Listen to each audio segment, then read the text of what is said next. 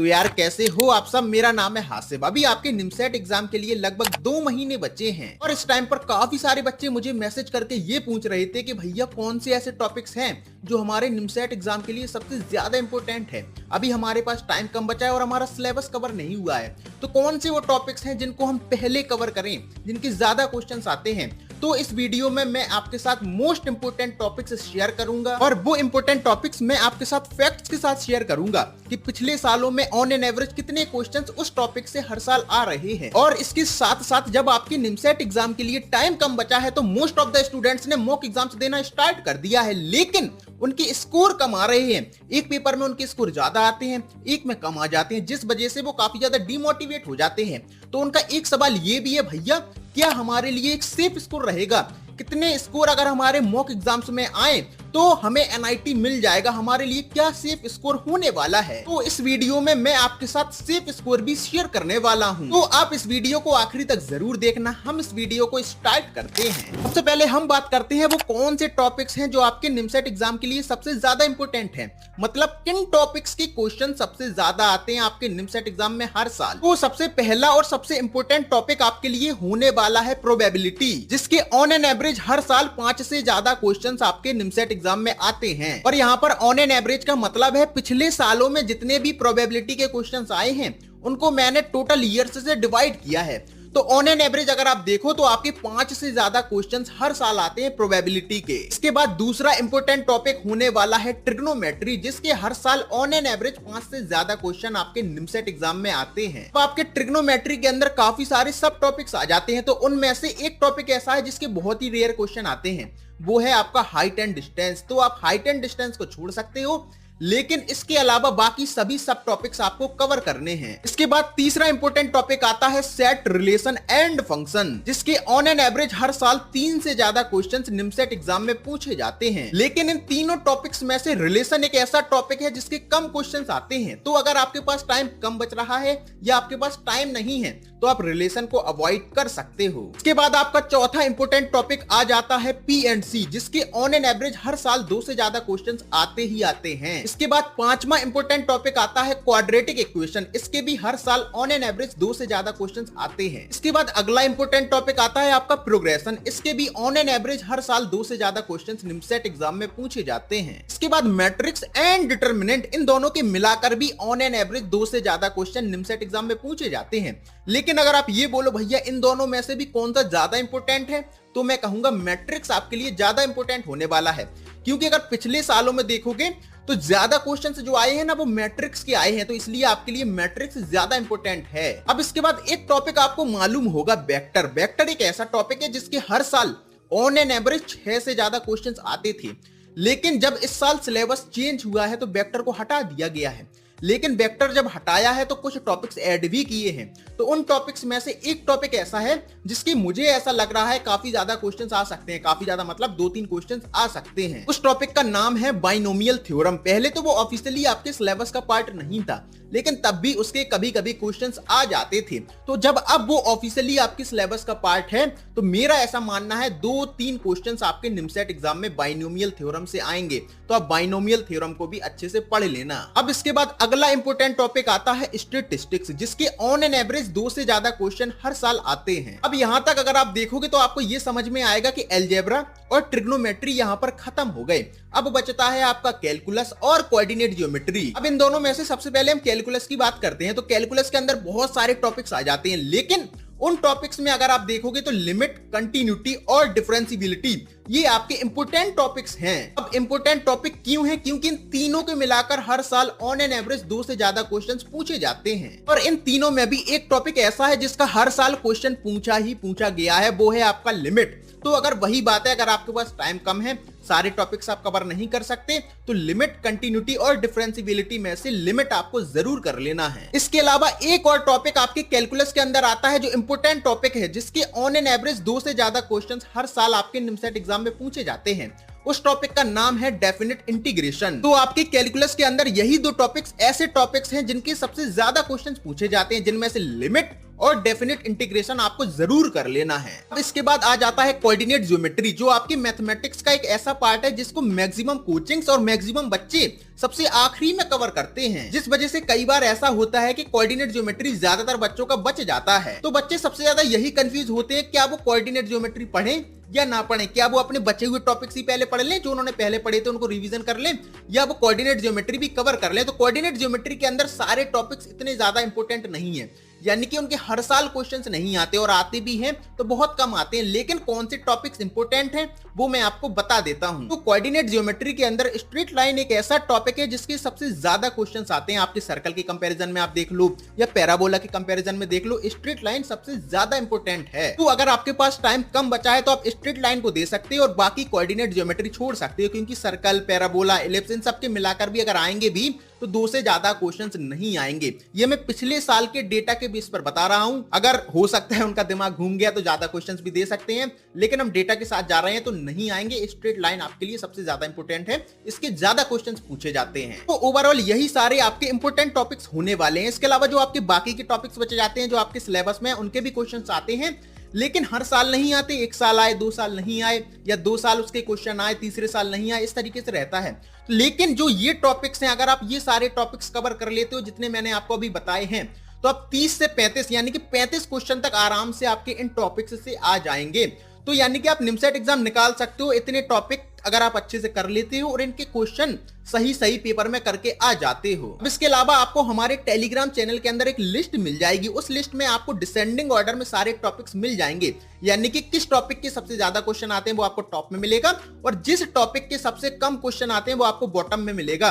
तो आप हमारे टेलीग्राम चैनल पर चले जाना, वहां पर आपको ये लिस्ट मिल जाएगी। और इसके साथ साथ आपको हमारे टेलीग्राम चैनल पर प्रीवियस ईयर क्वेश्चन भी मिल जाएंगे टॉपिक वाइज, यानी कि अगर आपको ट्रिग्नोमेट्री के क्वेश्चन चाहिए तो सारे क्वेश्चन एक जगह पर मिलेंगे। सेम आपको कैलकुलस की, सेम आपको अलजेब्रा के जो पिछले सालों में आए हैं, टॉपिक वाइज आपको सारा कुछ मिल जाएगा हमारे टेलीग्राम चैनल पर। तो आप हमारे टेलीग्राम चैनल को जरूर ज्वाइन करके रख लेना, वहां पर आपको बहुत सारी चीजें मिलती हैं। इसके अलावा एग्जाम की भी कुछ नोटिफिकेशन वगैरह आती है, कोई भी चीज जो एमसीए वाले बच्चों के लिए जरूरी है वो आपको सबसे पहले हमारे टेलीग्राम चैनल पर ही मिलती है। ये टेलीग्राम चैनल ज्वाइन करना एकदम फ्री है, डिस्क्रिप्शन में आपको लिंक मिल जाएगा, जाओ और ज्वाइन कर लो। और इसके साथ साथ आप हमारे व्हाट्सएप ग्रुप्स भी ज्वाइन कर लेना, ये भी एकदम फ्री है। वहां पर आप उन बच्चों के साथ डिस्कशन कर सकते हो जो निमसेट एग्जाम की प्रिपरेशन कर रहे हैं, उन ग्रुप्स का लिंक भी आपको डिस्क्रिप्शन में मिल जाएगा। अब इसके बाद 2 इंपोर्टेंट चीजें जो आपको याद रखनी है इस बचे हुए 2 महीने में। सबसे पहली चीज जो आपको करनी है वो ये है कि आपको प्रीवियस ईयर क्वेश्चन पेपर से सॉल्व करने हैं। तो आपको हमारे टेलीग्राम चैनल के अंदर प्रीवियस ईयर क्वेश्चन से टॉपिक वाइज मिल जाएंगे, तो वहां से सॉल्व कर लेना। इसके अलावा दूसरी चीज जो आपको करना ही करना है वो ये है कि आपको मॉक एग्जाम देना है और मॉक एग्जाम का एनालिसिस करना है। जब आपके पास 2 महीने बच रहे हैं तो मैं तो कहूंगा कि आप डेली एक मॉक एग्जाम दो, लेकिन अगर आपके पास ऐसा है आप टाइम पूरा मैनेज नहीं कर पा रहे हो, क्योंकि केवल मॉक एग्जाम देना नहीं है, उसका एनालिसिस भी करना है, तो इसलिए आप अल्टरनेट डेज में भी मॉक एग्जाम दे सकते हो, लेकिन आपको मॉक एग्जाम आप जरूर देना है। अदरवाइज आप कितना भी पढ़ लो, जो आपका एक्चुअल पेपर होगा ना, वहां पर आप स्ट्रेस हैंडल नहीं कर पाओगे और आपका पेपर बिगड़ जाएगा। तो इसलिए मॉक एग्जाम देना जरूर स्टार्ट कर देना। और आपको मॉक एग्जाम देने के लिए टेस्ट सीरीज लेना होती है, तो अगर आपने टेस्ट सीरीज अब तक परचेस नहीं की है तो जरूर परचेस कर लेना। और अगर आपको टेस्ट सीरीज को लेकर थोड़ा सा भी कंफ्यूजन है कि हम किस कोचिंग से टेस्ट सीरीज परचेस करें, किस कोचिंग की टेस्ट सीरीज हमारे लिए बेस्ट रहेगी, तो उसके लिए आप मुझे मैसेज कर सकते हो। आपको मेरा व्हाट्सएप नंबर डिस्क्रिप्शन में मिल जाएगा, जहां पर मैं आपको बता दूंगा किस कोचिंग की टेस्ट सीरीज आपके लिए बेस्ट रहेगी। अब इसके बाद हम आ जाते हैं सेफ स्कोर पर, क्योंकि इस टाइम पर जब बच्चे मॉक एग्जाम देते हैं तो उनके साथ एक प्रॉब्लम जरूर आती है। भैया हमने एक टेस्ट दिया, उसके अंदर हमारे 400 नंबर आए, लेकिन हमने दूसरा टेस्ट दिया तो 350 ही आए, कभी हमारे 600 नंबर भी आ जाते हैं, कभी 500 नंबर ही आते हैं बस। तो हमारे लिए क्या एक सेफ स्कोर रहेगा, जितने नंबर पर हमें एनआईटी मिल जाए, ऐसा एक हमें फिक्स नंबर बता दो जो हम अज्यूम करके चलें कि इस नंबर पर हमें एनआईटी मिल ही जाएगा, और हर मॉक में ये मतलब कोशिश करेंगे कि हम इस नंबर तक पहुंच जाएं। तो यार देखो, एक सिंपल सी बात आपको बताता हूं, फिर मैं आपको सेफ स्कोर अच्छे से एक्सप्लेन करूंगा। सबसे पहले देखो, मैं आपको 2024, 2025 और 2023 के अंदर जिन बच्चों ने पेपर दिया था, वहां पर जो आपकी 500 तक रैंक आई है, कितने नंबर पर आई है वो मैं आपको बता देता हूं। तो अभी आपकी स्क्रीन पर आ रहा होगा, निमसेट 2025 के अंदर जिस बच्चे की 460 रैंक आई थी उसके 393 नंबर थे। इसके अलावा निमसेट 2024 के अंदर जिस बच्चे की 422 रैंक आई थी उसके 432 नंबर थे। इसके अलावा निमसेट 2023 के अंदर जिस बच्चे की 522 रैंक आई थी उसके 563 नंबर थे। अब ये रैंक्स और मार्क्स देखकर आप सोचोगे ये मैं क्यों बता रहा हूं। जितनी भी ये रैंक्स मैंने आपको बताई हैं वो 400 से 500 के बीच या 550 के बीच हैं। तो मैंने यही रैंक्स क्यों ली, क्योंकि देखो सिंपल सी बात समझो, टोटल 1300 सीट्स अवेलेबल हैं जिसमें ओपन कैटेगरी में टोटल 501 सीट्स हैं।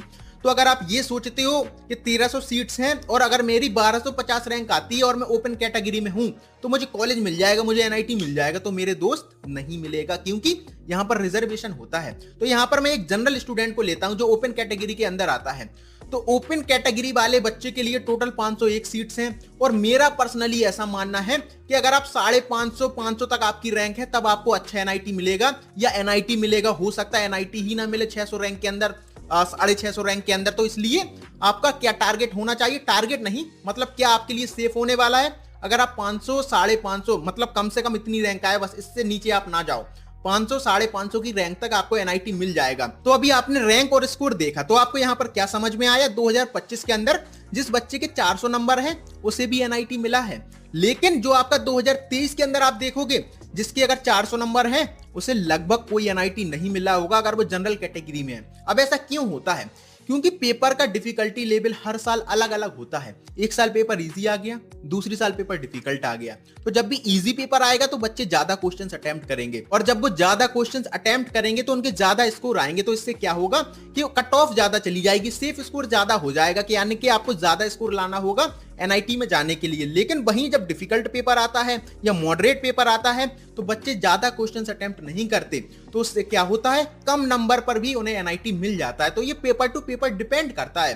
लेकिन आप बोलो भैया मुझे तो आप एकदम सेफ स्कोर बता दो, पेपर एकदम इजी आ जाए, पेपर एकदम डिफिकल्ट आ जाए या पेपर एकदम मीडियम आ जाए, मेरा सिलेक्शन हो जाए, बस कौन सा नंबर है जिसको मैं टारगेट कर सकता हूं। तो देखो अगर आप 550 नंबर ला सकते हो तो आपको एनआईटी मिल जाएगा।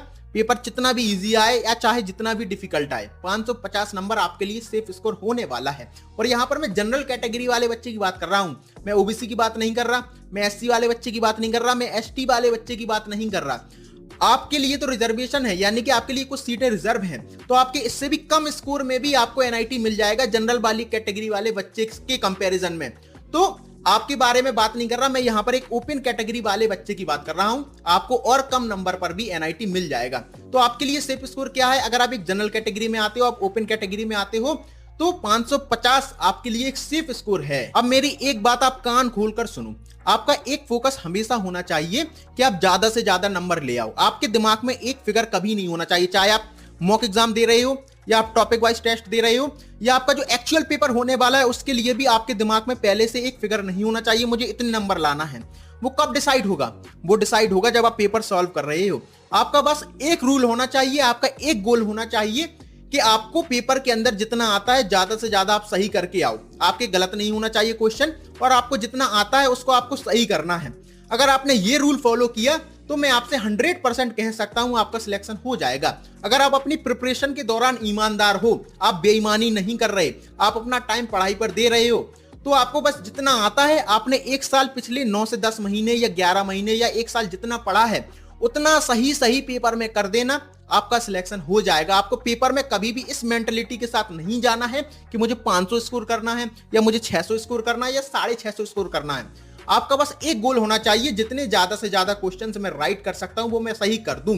इजी से इजी क्वेश्चन ढूंढ के करो, जो डिफिकल्ट है उनको एकदम टच मत करो आप बिल्कुल भी। आपका बस एक गोल होना चाहिए, जो आता है वो मैं सही कर दूं बस। तो आपको इसी माइंडसेट के साथ अगले 2 महीने प्रिपरेशन करनी है। आपको मॉक एग्जाम देना है और जो आपका एक्चुअल एग्जाम होगा वो देना है। आप भूल जाओ कोई सेफ स्कोर होता है, आप भूल जाओ आपको कुछ सेफ स्कोर चाहिए है। आपके दिमाग में एक ही चीज होना चाहिए, बचे हुए 2 महीने ज्यादा से ज्यादा मॉक एग्जाम दूंगा, उन सभी मॉक एग्जाम का एनालिसिस करूंगा, उनका रिवीजन करूंगा और पीवाईक्यू जरूर सॉल्व करूंगा, और पेपर आएगा, पेपर में मुझे जो आता है वो मैं सारा सही करके आ जाऊंगा बस। उसके बाद सीधा आपको रिजल्ट देखना है। और मेरा भरोसा रखो, अगर आप 2 महीने ईमानदारी से पढ़ लेते हो, जो चीजें मैंने बोली हैं वो कर लेते हो और पेपर को शांत दिमाग के साथ अटेम्प्ट करते हो और ज्यादा से ज्यादा क्वेश्चन जो आपको आते हैं वो आप राइट कर देते हो, तो 100% आप एनआईटी पहुंच जाओगे। और अभी आपके जो मॉक एग्जाम के अंदर कम स्कोर आ रहे हैं उनको लेकर आप बिल्कुल भी परेशान मत हो, क्योंकि देखो मैं आपको पर्सनली अपना एक्सपीरियंस बताता हूं। यहां पर क्या होता है, जब आपने अभी नए मॉक एग्जाम देना स्टार्ट किया है तो क्या होगा, जो आपने पुराने टॉपिक्स पढ़े हुए हैं ना, उनमें से काफी टॉपिक्स आप भूल चुके होते हो। काफी सारे ऐसे क्वेश्चंस होते हैं जो पास्ट में आपने सॉल्व किए हैं लेकिन अभी आपसे मॉक एग्जाम में नहीं बनेंगे, क्योंकि एक साथ सारा रिवीजन करना पॉसिबल नहीं होता, सारे टॉपिक्स का रिवीजन करना पॉसिबल नहीं होता। लेकिन जैसे जैसे आप मॉक एग्जाम दोगे, आपने मॉक एग्जाम दिया, आपके 10 क्वेश्चन गलत हो गए, 5 क्वेश्चन आप अटेम्प्ट नहीं कर पाए, उन 15 क्वेश्चंस के आपने कॉन्सेप्ट देख लिए, फिर धीरे धीरे जैसे ये कंपाउंडिंग बढ़ती है ना, सारा चीजें अपने आप आपको रिवाइज हो जाती हैं। रिवीजन का सबसे बढ़िया जो तरीका होता है, मैं आपसे हमेशा बोलता हूं, मॉक एग्जाम दो, जो क्वेश्चन नहीं बने उनका सॉल्यूशन देख लो, उनके कॉन्सेप्ट देख लो। तो इस तरीके से जब ये कंपाउंड होकर चीजें धीरे धीरे आगे बढ़ेंगी ना, तो 1 महीने बाद, 1.5 महीने बाद आप देखोगे आपका स्कोर बढ़ता जा रहा है। जो सारे टॉपिक्स आपने पढ़े थे, वो सारे टॉपिक्स आपके दिमाग में अब बैठ गए हैं, वो सारी चीजें रिवाइज होकर आपके दिमाग में आ गई हैं, तो आपके स्कोर बढ़ने लगेंगे। तो अभी आप कम स्कोर को देखकर डरो मत, घबराओ मत। आप किसी भी कोचिंग में हो, आप सेल्फ स्टडी कर रहे हो, सभी बच्चों की यही हालत होती है। मैं खुद जो मैं अपनी कोचिंग में टॉपर बच्चों में आता था, लेकिन मेरा भी ये हाल था कि मेरे से क्वेश्चन नहीं बनते थे मॉक एग्जाम के टाइम पर, मेरे से कम क्वेश्चंस अटेम्प्ट होते थे, जो क्वेश्चंस मुझे आते थे वो भी मैं भूल चुका होता था, क्योंकि वो मैंने रिवाइज नहीं किए थे। लेकिन जैसे जैसे टाइम गुजरा, जैसे जैसे ये कंपाउंडिंग वाली चीज आई कि मैंने कुछ टॉपिक्स देख लिए जो मेरे से नहीं बने थे, वो क्वेश्चंस के सॉल्यूशन कॉन्सेप्ट देख लिए, ऐसा ही अगले पेपर में हुआ, ऐसा ही अगले पेपर में हुआ, धीरे धीरे कंपाउंड होकर वो सारी चीजें मेरी रिवाइज हो गई और मेरे स्कोर बढ़ गए। और आपके साथ भी यही होगा, तो आप कम स्कोर को लेकर घबराओ मत, सभी बच्चों का लगभग यही हाल होता है। तो आप आराम से अपना दिमाग शांत रखो, केवल पढ़ते रहो, जो चीजें मैंने आपको बताई हैं उनको फॉलो करो, आपको 100% NIT मिल जाएगा। मुझे पता है मैं अपनी बातें बार बार रिपीट कर रहा हूं, लेकिन इस टाइम पर ये बातें आपके लिए जरूरी हैं।